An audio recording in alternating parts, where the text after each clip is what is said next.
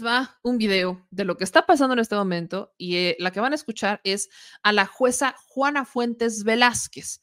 En este momento arrancó el paro laboral indefinido de los trabajadores del Poder Judicial de la Federación. Son las 0:22 del 21 de agosto, entonces oficialmente ya había algunos trabajadores del Poder Judicial en paro, pero el resto ya está en paro desde hace 20 minutos, desde que estamos en el programa en vivo. Y esto es lo que dijeron. De nuestra nación. Sin una justicia independiente, las inversiones se verán afectadas, la confianza en nuestras instituciones se destruirá y los derechos humanos quedarán a merced de una maquinaria estatal centralizada y autoritaria. Nos encaminamos hacia una crisis constitucional sin precedentes, una crisis que de no ser detenida dejará cicatrices profundas en nuestro tejido social. Por estas razones, hemos decidido, junto a cientos de personas juzgadoras comprometidas con la justicia, la suspensión de labores jurisdiccionales de manera indefinida en todo el país a partir de este 21 de agosto, como un acto legítimo de resistencia contra esta reforma y hasta que ésta sea desechada, para dar paso a la construcción de una reforma integral del sistema de justicia a la que sin duda alguna nos sumaríamos. Esta acción no es tomada a la ligera, es una medida extrema en respuesta a una amenaza extrema. No podemos quedarnos de brazos cruzados mientras se desmantelan los principios que juramos proteger.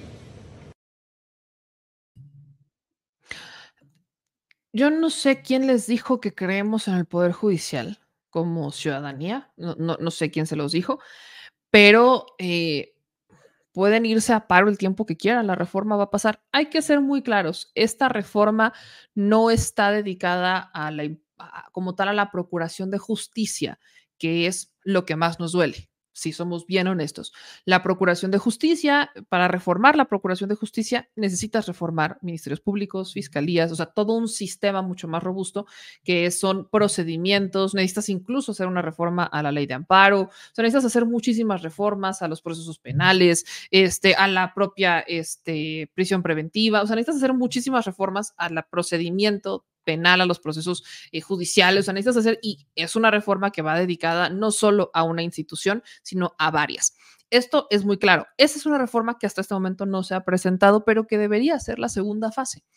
Esta reforma, ¿qué es lo que hace? Simple y llanamente, tumbar privilegios intocables hasta este momento. Muy simple, muy sencillo.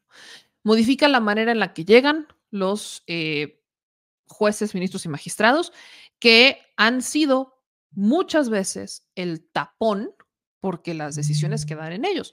Hablemos solamente, por ejemplo, de aquellos jueces en el Estado de México que su decisión fue no acreditar una violación a una menor de 4 años y dejar en libertad al presunto violador, porque la niña de 4 años no pudo decir exactamente el lugar y la hora en la que fue violada.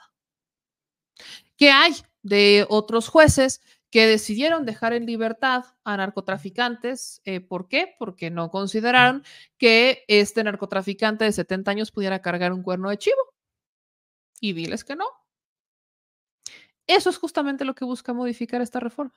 ¿Qué otra cosa busca modificar? Como aquí lo hemos expuesto muchas veces, abusos incluso en contra de los propios trabajadores del Poder Judicial, que es lo peor del caso. Cuando se quejan de uno de sus titulares, de algún juez titular, de algún juzgado y demás, por nepotismo, amiguismo, favoritismo, malas condiciones laborales, explotación laboral, etcétera, ¿a quién acuden? Al Consejo de la Judicatura. Y el Consejo de la Judicatura no hace nada. Es más, te responde diciendo que no puede acreditar que tu queja representa una falla administrativa y te aguantas. Y además te acusa con tu jefe al que estás ventilando, al que literalmente al cual le presentas la queja. Te acusa con él.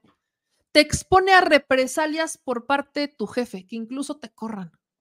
En la Defensoría Pública, los supervisores que se supone que tienen una chamba importantísima, que también forma parte del Poder Judicial Federal, tienen esta chamba de decir quiénes son los mejores defensores de oficio, de supervisar, de evaluar, de decir vamos a promover a estos a un mejor puesto, son los que deciden al final con sus evaluaciones quiénes van a ser asesores, quiénes van a ser defensores y eventualmente a estas personas, y aquí expusimos el caso de uno de ellos, termina exigiéndole a sus subordinados un regalito, ¿no? Un regalito ahí, bien chiquito, bien amistoso, de unos zapatitos de 20,000 pesos, cuando de por sí esto ya es ilegal.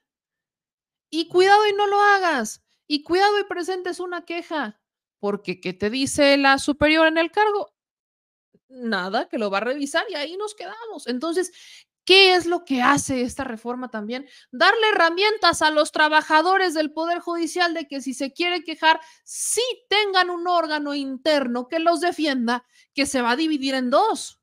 Por supuesto que eso está ahí. Eso es lo que hace esta reforma. Es una reforma, miren, que modifica solamente la punta del iceberg en la injusticia en México. Solamente la modifica. La esperanza que tenemos con esta reforma es que cuando literalmente destruyes esta bola de cristal o esta nube o esta élite dorada que se han hecho los trabajadores del poder, los que ni siquiera son los trabajadores del Poder Judicial, que es lo peor del caso, los titulares, algunos jueces, algunos ministros o algunos magistrados, empieces a equilibrar este poder dentro del Poder Judicial. Que empiecen los propios trabajadores del Poder Judicial a encauzar sus causas, que ahora sí la famosa carrera judicial te la apliquen y que no termines estancándote en un cargo de auxiliar por 30 años porque no eres el favorito del titular del juzgado. ¿Qué es lo que sigue? Y eso nos toca a nosotros exigirlo. Una reforma en materia de procuración de justicia, porque hay que modificar fiscalías, hay que modificar ministerios públicos. Eso sigue inmediatamente después. Y así, en estos primeros 3 años, sí sigue. Claro que sigue. Y ojo, algo que también debemos pensar, y eso, y yo insisto mucho, esta es la primera vez que votaríamos por jueces, ministros, magistrados. Y si ya de por sí hay personas que cuando salen a votar en una elección de diputados o senadores o incluso presidentes de la República o presidente de la República tienen dificultades para saber votar, y es algo que llevamos haciendo años, la boleta, la dinámica de elección debe de ser lo más simple y entendible para el ciudadano común, no porque no entendamos lo que vamos a votar, sino que la boleta debe ser entendible, la boleta debe de ser simple para saber quién es quién, quiénes son las personas, para qué lo estamos, y toda la dinámica electoral tiene que ser lo más amigable posible a la ciudadanía. Eso creo que sí lo tenemos que pensar, pero eso ya entraría también dentro de las reformas secundarias de la propia reforma, donde ya se involucra al Instituto Nacional Electoral, porque será su chamba organizar esta elección. Entonces, sí hay que dejar bien claro qué reforma, qué es lo que se busca modificar con esta reforma, que incluso, y vuelvo a ser muy enfática con esto, incluso ayuda a los propios trabajadores del Poder Judicial a que hoy tengan una verdadera herramienta para quejarse del jefe o de la jefa que está cometiendo abusos laborales en su contra. Ojo.